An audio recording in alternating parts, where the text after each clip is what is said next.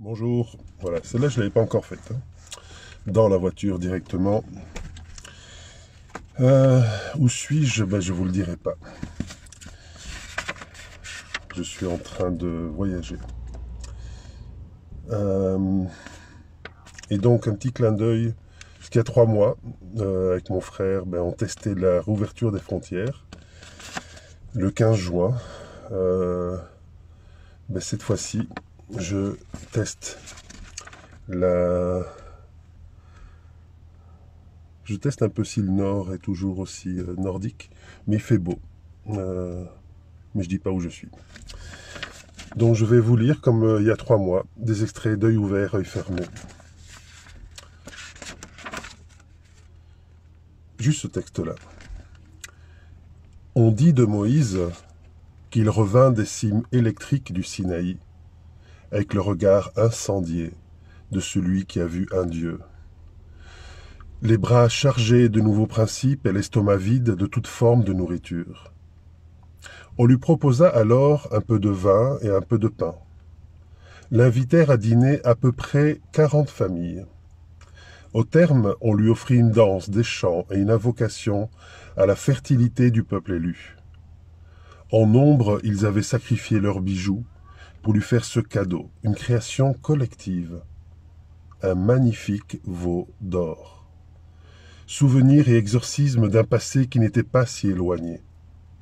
Habitué à tant de silence et à une solitude de fer, lui, sérieux, se vexa. Il ne comprit pas pourquoi, alors que lui vivait dans le jeûne, dans la privation et la souffrance constante d'avoir été abandonné, l'on pouvait faire preuve de tant de légèreté. Il décida alors, toute une nuit durant, de réécrire et de corriger ses règles à lui dictées par un rêve incertain de son Dieu. Il décida alors de détruire les tables originelles, pour que jamais personne ne puisse un jour en connaître le vrai contenu. Mais d'abord il prit à part un homme et une femme, muets et analphabètes, et à l'oreille il leur murmura les principes divins. C'est ce qu'il fit toute la nuit également avec un couple de chaque espèce du monde animal. Quelques plantes, quelques cailloux aussi, eurent cet honneur.